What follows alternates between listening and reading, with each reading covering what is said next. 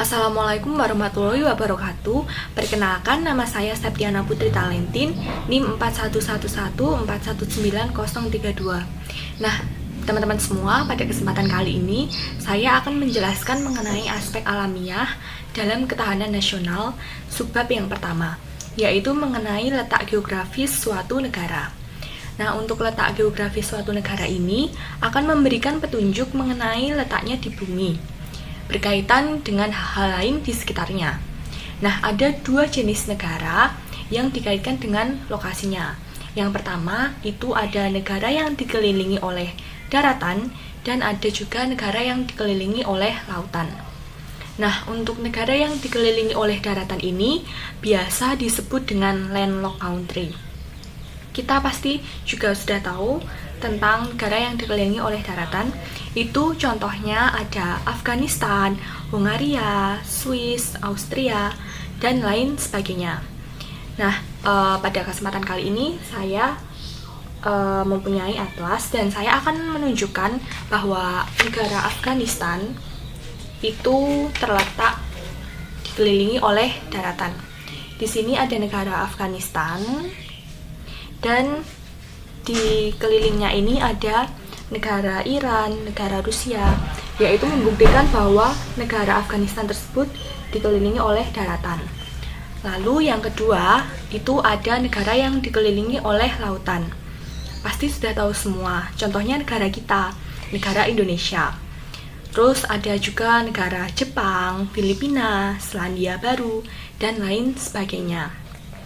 Nah, untuk negara Indonesia ini, teman-teman pasti sudah tahu semua bahwa negara Indonesia ini dikelilingi oleh perairan yang begitu luas. Ada Samudra Hindia dan juga Laut Cina dan lain sebagainya. Nah, untuk negara yang demikian ini ada dua jenisnya, yaitu negara kepulauan dan negara pulau. Kalau negara kepulauan itu perairannya yang lebih dominan, sedangkan negara pulau itu daratannya yang lebih dominan. Nah, setiap negara dapat menjadikan titik pusat dari lingkungannya, sehingga akan terbentuk posisi silang yang berpusat pada dirinya.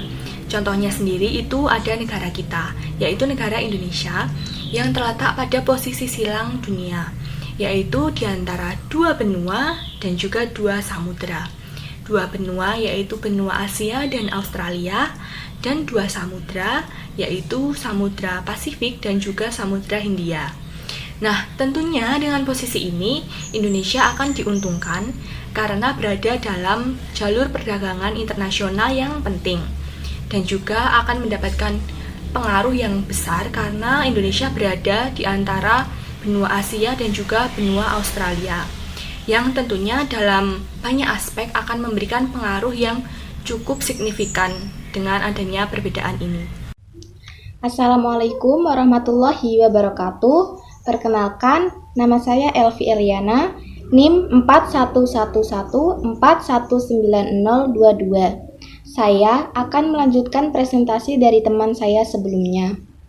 Di samping letaknya pada posisi silang, aspek geografi Indonesia juga melukiskan Indonesia sebagai sebuah negara kepulauan dengan sekitar 17.000 pulau besar kecil yang satu sama lain dipisahkan oleh laut. Hal itu tentu saja membawa dampak positif dan negatif bagi kehidupan nasional. Dengan negara kepulauan, di mana suatu pulau memiliki karakteristik yang berbeda dengan pulau lainnya, membawakan keragaman budaya, adat istiadat, keindahan, potensi kekayaan alam, dan sebagainya yang dapat dipandang sebagai kekayaan bangsa. Namun, di sisi lain, perlu disadari bahwa kondisi negara kepulauan tersebut juga membawakan potensi disintegrasi bangsa.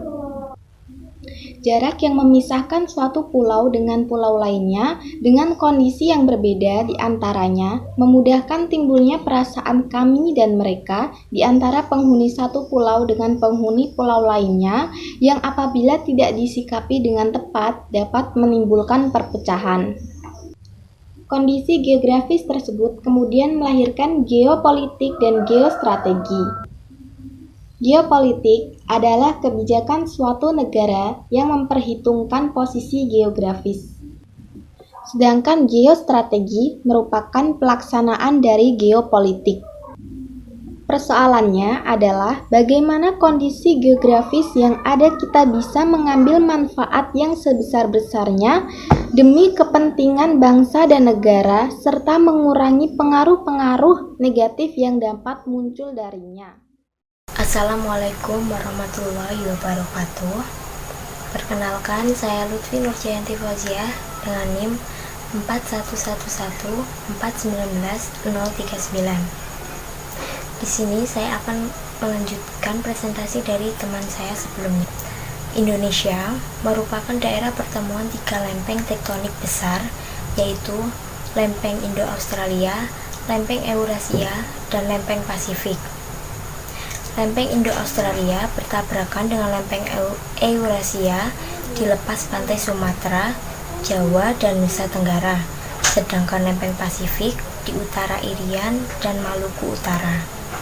Di sekitar lokasi pertemuan lempeng ini, akumulasi energi tabrakan terkumpul sampai suatu titik di mana lapisan bumi tidak lagi sanggup menahan tumpukan energi sehingga lepas berupa gempa bumi. Pelepasan energi sesaat ini menimbulkan berbagai dampak terhadap bangunan karena percepatan gelombang seismik, tsunami, longsor, dan liquefaction.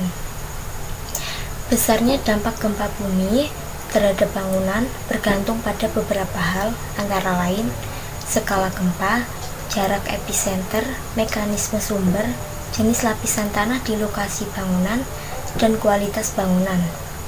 Peristiwa tektonik yang cukup aktif selain menimbulkan gempa dan tsunami juga membawa berkah dengan terbentuknya banyak cekungan atau sedimentary basin. Cekungan ini mengakomodasikan sedimen yang selanjutnya menjadi batuan reservoir hidrokarbon.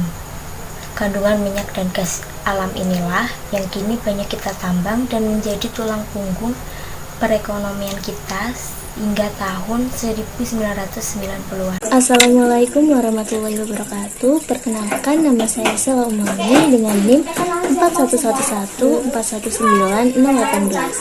Di sini saya akan melanjutkan materi yang telah dijelaskan oleh teman saya sebelumnya.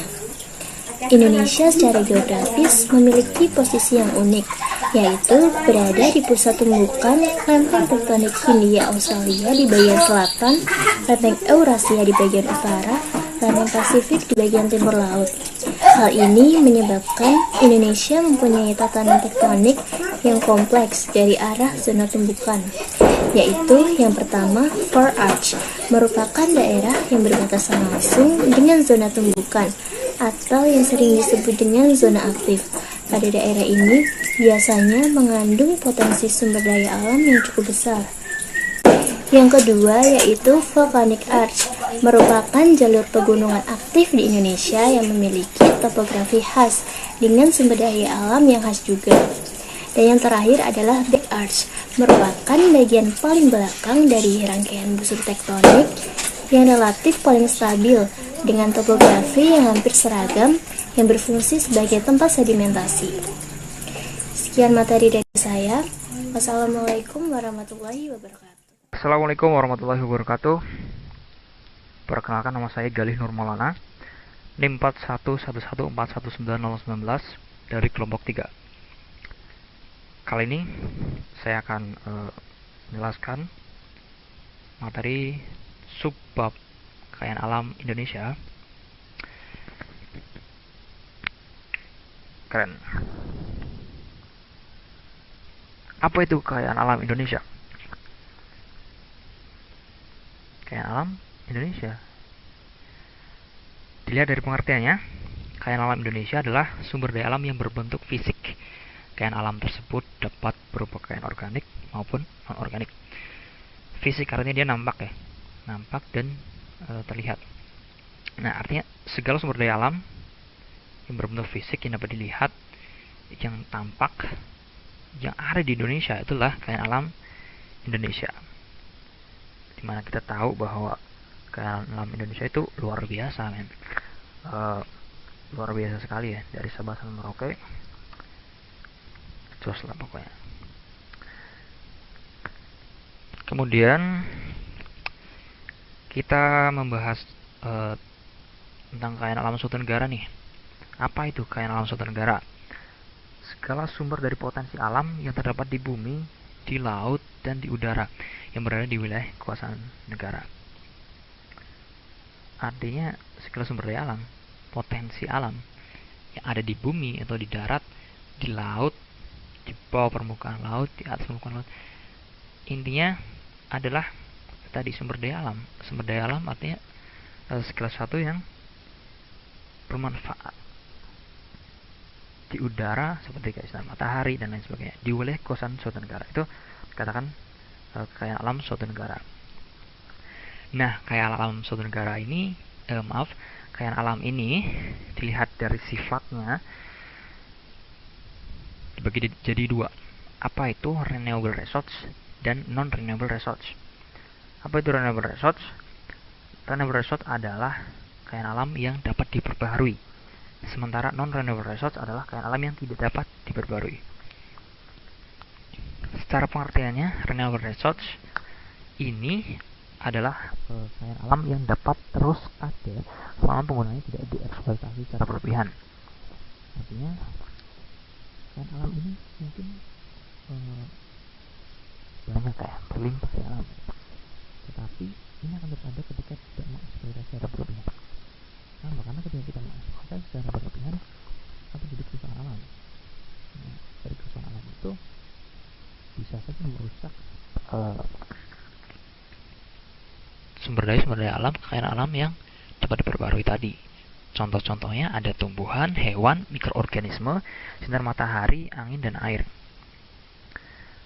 Nah, ini harus tetap dijaga dan dibatasi supaya apa? Supaya ada kelanjutannya, supaya anak cucu kita nanti bisa menikmati sumber daya alam yang dapat diperbaharui.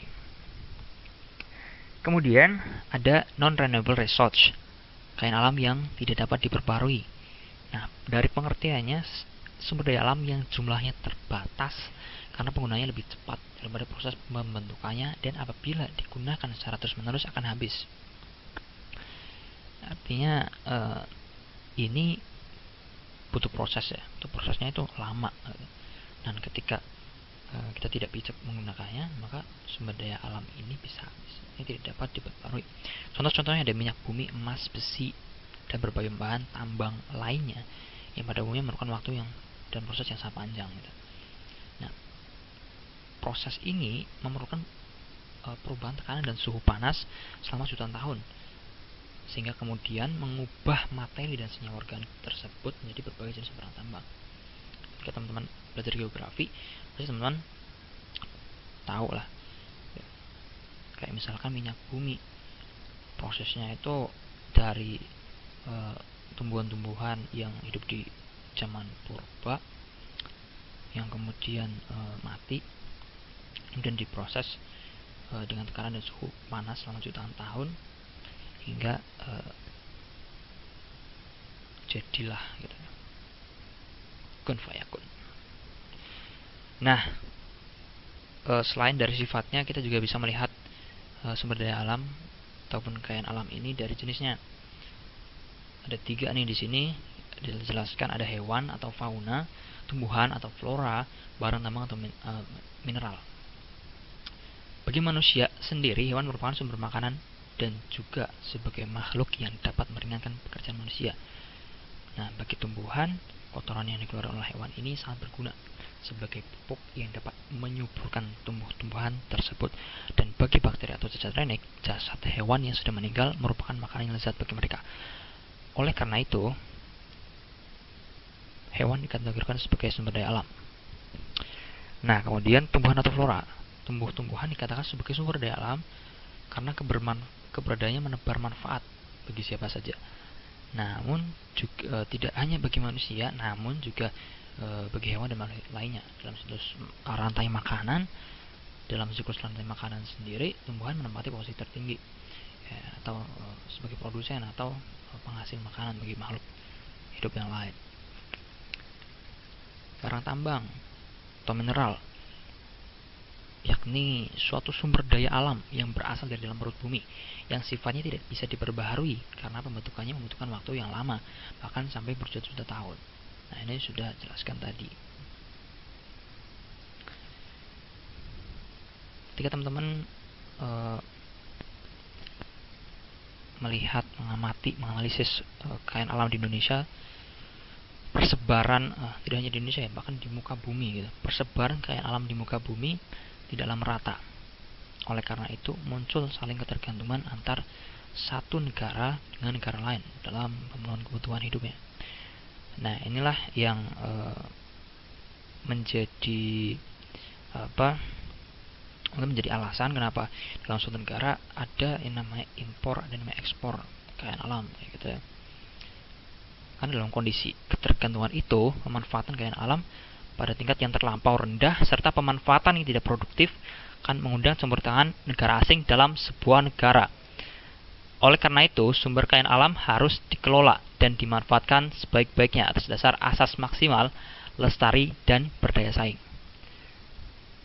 Apa itu maksimal? Maksimal berarti memberi manfaat yang optimal untuk pembangunan dan menjaga ketimbangan antar daerah. Lestari berarti pemanfaatan kekayaan alam harus didasari kebijakan yang memperhatikan aspek kelestarian alam demi kepentingan generasi yang akan datang dan kesinambungan pembangunan. Nah, ini penting karena tanpa memperhatikan aspek kelestarian alam akan dikhawatirkan akan terjadinya eksploitasi yang berlebihan. Nah, eksploitasi yang berlebihan ini dikhawatirkan akan memberikan dampak yang buruk bagi alam, yaitu kerusakan alam. Kemudian berdaya saing, artinya bahwa dalam pemilikan kekayaan alam tersebut dapat memperkuat bargaining position dalam hubungan dengan negara lain serta mengurangi ketergantungan dengan negara lain. Artinya kita memiliki nilai gitu. Ada dengan adanya kekayaan alam, misalkan Indonesia, misalkan kita punya kekayaan alam yang luar biasa. Nah, ini bisa memperkuat bargaining position. Bargaining position itu secara harfiah bisa dikatakan sebagai proses tawar menawar, seperti itu. Contoh gampangnya gini, ketika di dalam pasar ada pedagang, ada penjual, ada pembeli. Saya punya ayam, saya jual ayam nih. Ayam ini ternyata udah nggak seger. Nah, terus saya pengen jual, tapi yang penting laku aja gitu. Akhirnya saya turunin tuh harganya. Nah, karena saya menurunkan harga itu, maka bargaining position ini jadi lemah gitu. Si bargaining position penjual ini jadi lemah. Kenapa lemah? Karena ya nilai kita jadi turun gitu loh. Nah, ini berlaku juga di suatu negara ya. Di suatu negara Indonesia, ketika kita punya kekayaan alam yang tinggi, yang banyak, ini memperkuat bargaining position kita. Kenapa? Karena negara-negara lain pasti memandang kita sebagai negara yang punya kekayaan alam yang luar biasa. Nah, itu menjadi nilai plus dan meningkatkan kualitas kita, meningkatkan nilai dari Indonesia. Assalamualaikum warahmatullahi wabarakatuh. Perkenalkan, nama saya Septiani Syabrina dengan NIM 411419035.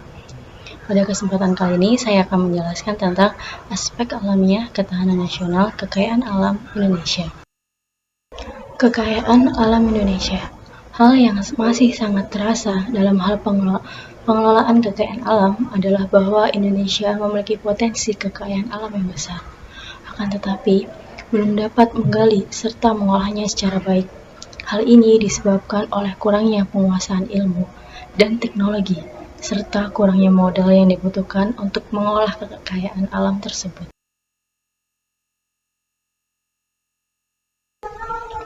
Dengan demikian, untuk memanfaatkan potensi kekayaan alam yang ada, seringkali harus mengundang investasi asing dengan bagian hasil untuk kita yang kurang memadai. Di samping itu, pemanfaatan kekayaan alam di Indonesia seringkali juga masih kurang memperhatikan aspek kelestarian alam, sehingga bersamaan dengan pengambilan kekayaan alam, juga disinyalir terjadi kerusakan lingkungan. Wilayah laut sesungguhnya merupakan bagian terbesar dari wilayah Indonesia. Di dalam wilayah laut tersebut tersimpan kekayaan alam yang luar biasa ragam dan besarnya. Namun, selama ini belum begitu mendapat perhatian dari pemerintah, dan orientasi pengembangan wilayah utamanya masih ditujukan pada wilayah daratan. Munculnya Kementerian Kelautan, gagasan tentang poros maritim, rencana pembangunan tol laut merupakan wujud perhatian terhadap wilayah laut Indonesia. Kedepannya, perhatian semacam ini perlu terus ditingkatkan, agar wilayah laut yang merupakan bagian terbesar wilayah Indonesia benar-benar dapat menjadi sumber kemakmuran rakyat dengan pemanfaatan secara maksimal atas kekayaan alam yang terdapat di dalamnya.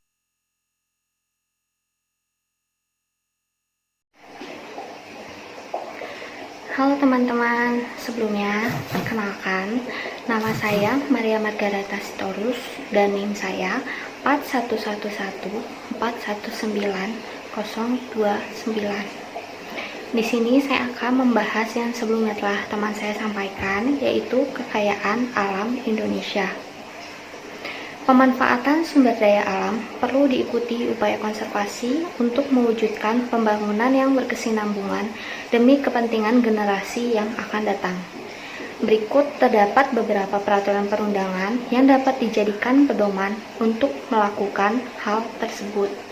Di antaranya, yang pertama, Undang-Undang Nomor 5 Tahun 1990 tentang Konservasi Sumber Daya Alam dan Ekosistemnya. Lalu ada Undang-Undang Nomor 2 Tahun 2009 tentang Perlindungan dan Pengelolaan Lingkungan Hidup. Yang ketiga, ada Undang-Undang Nomor 41 Tahun 1999 tentang Kehutanan. Selanjutnya, yaitu Undang-Undang Nomor 11 Tahun 2013 tentang Protokol Nagoya. Lalu, terdapat juga Peraturan Pemerintah Nomor 7 Tahun 1999 tentang pengawetan jenis tumbuhan dan satwa liar. Dan yang terakhir, terdapat Peraturan Pemerintah Nomor 8 Tahun 1999 tentang pemanfaatan jenis tumbuhan dan satwa liar. Nah, berkenaan dengan konservasi keanekaragaman hayati, Indonesia merupakan salah satu dari 188 negara yang meratifikasi Convention on Biological Diversity dalam pertemuan konferensi tingkat tinggi KTT Keanekaragaman Hayati di Rio de Janeiro, Brazil tahun 1992. Nah, berkaitan dengan hal itu, titik berat dari konferensi ini adalah pelestarian keanekaragaman hayati sebagai bagian yang tak terpisahkan dari proses pembangunan berkelanjutan. Konservasi keanekaragaman hayati membutuhkan investasi yang cukup besar, namun memberikan manfaat yang nyata dalam bidang lingkungan, ekonomi, dan sosial. Prinsip-prinsip yang terkandung dalam konservasi keanekaragaman hayati tentang pembangunan berkelanjutan seharusnya menjadi bagian yang tak terpisahkan dari ketentuan hukum dan kebijakan tentang lingkungan di Indonesia. Sehubungan dengan itu, pemerintah Indonesia telah menyusun dokumen nasional berupa Indonesian Biodiversity Strategy and Action Plan sebagai implementasi dari konvensi tersebut. Sekian yang dapat saya sampaikan. Untuk materi selanjutnya akan diteruskan oleh teman saya. Assalamualaikum warahmatullahi wabarakatuh. Perkenalkan, nama saya Intan Wahyuningsih, NIM 4111419021. Aspek alamiah ketahanan nasional yang ketiga adalah keadaan dan kemampuan penduduk. Keadaan dan kemampuan penduduk termasuk ke dalam gatra kependudukan. Di zaman sekarang, masuknya gatra kependudukan ke dalam aspek alamiah ketahanan nasional perlu dilakukan pengkritisan. Mengapa? Karena hal-hal terkait kependudukan seperti kapan pasangan suami istri ingin mempunyai anak, seberapa banyak suatu keluarga ingin mempunyai anak, dan jarak antara satu kelahiran dengan kelahiran lainnya, Semua itu dapat dikendalikan dengan yang namanya teknologi, sehingga hal-hal tersebut tidak lagi berjalan secara alami. Contoh nyatanya, yang pertama ada program KB, yang kedua ada program bayi tabung untuk pasangan suami istri yang ingin memiliki anak tetapi tidak bisa menghasilkan keturunan. Sehingga dapat disimpulkan, Gatra Kependudukan untuk sekarang ini lebih mengedepankan aspek sosial daripada aspek alamiahnya. Assalamualaikum warahmatullahi wabarakatuh.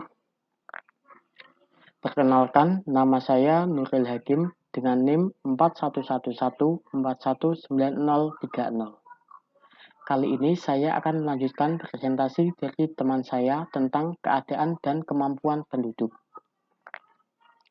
Penduduk adalah semua orang yang bertempat tinggal di wilayah tertentu. Dengan demikian, penduduk Indonesia adalah semua orang yang bertempat tinggal di wilayah Indonesia. Jumlah penduduk Indonesia yang besar dapat dikatakan sebagai modal dasar pembangunan nasional. Namun, ada hal yang perlu diingat. Jumlah penduduk yang besar dapat dikatakan sebagai modal dasar pembangunan nasional apabila penduduk yang besar tersebut memenuhi kualitas tertentu, sehingga dapat mendukung pembangunan nasional. Apabila tidak memenuhi kualitas tertentu, penduduk yang besar justru akan menghambat pembangunan nasional. Ketahanan nasional sangat dipengaruhi oleh kondisi kependudukan. Oleh karena itu, kita harus mengetahui persoalan apa yang ada di dalam kependudukan dan bagaimana pengaruhnya terhadap ketahanan nasional. Terima kasih kepada Nuril Hakim yang telah menjelaskan bagian sebelumnya. Perkenalkan, nama saya Anindya Nabil Gobusatmaja dengan NIM 4114190117 akan melanjutkan pembahasan tentang aspek alamiah dalam ketahanan nasional mengenai kemampuan dan keadaan penduduk. Persoalan kependudukan di Indonesia secara garis besar dapat dikemukakan sebagai berikut. 1. Jumlah penduduk yang besar dengan tingkat pertumbuhan yang relatif tinggi. 2. Persebaran penduduk yang tidak merata, di mana sekitar 60% penduduk Indonesia berada di Pulau Jawa yang luasnya kira-kira hanya 7% dari seluruh wilayah Indonesia. 3. Terbatasnya lapangan kerja yang tersedia sehingga mengakibatkan tingginya angka pengangguran. 4. Kualitas penduduk yang relatif rendah, baik dilihat dari tingkat pendidikannya maupun penguasaan keterampilan. Yang 5, komposisi penduduk yang didominasi oleh penduduk usia muda, sehingga membawa konsekuensi penyediaan fasilitas pendidikan dan perluasan lapangan kerja. Di samping itu, dengan komposisi penduduk yang demikian dapat diperkirakan pada masa mendatang, tingkat pertumbuhan penduduk akan masih tinggi. Persoalan-persoalan tersebut, kalau tidak ditangani dengan secara baik, akan menimbulkan masalah-masalah sosial seperti pengangguran, kekurangan pangan atau gizi, munculnya kawasan pemukiman kumuh, dan sebagainya. Kondisi tersebut pada akhirnya dapat memicu timbulnya sikap dan perilaku menyimpang, seperti kekerasan sosial, kejahatan, prostitusi, dan semacamnya, yang mengganggu perwujudan ketahanan nasional. Langkah-langkah yang perlu dilakukan untuk menghadapi persoalan tersebut menjadi tugas kita bersama untuk memikirkannya. Sekian materi dari kelompok kami. Apabila ada kekurangan, kami mohon maaf. Wassalamualaikum warahmatullahi wabarakatuh.